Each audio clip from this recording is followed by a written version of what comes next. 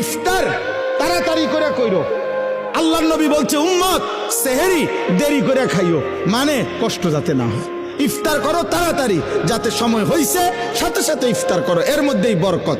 সাহারি দেরি করো, যেন লাস্ট টাইমে নিয়ে খাও, কোনো অসুবিধা নাই, যাতে করে তোমার কষ্টের মাত্রাটা কম হয়। মানে সব মিলাইয়া রব্বুল আলামিন চেয়েছেন আমার বান্দার যেন আরাম হয়, কষ্ট না হয়।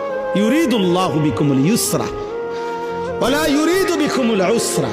একদিকে তো সহজ করার জন্য এত ব্যবস্থাপনা করেছেন, আবার আরেক দিকে নেকি।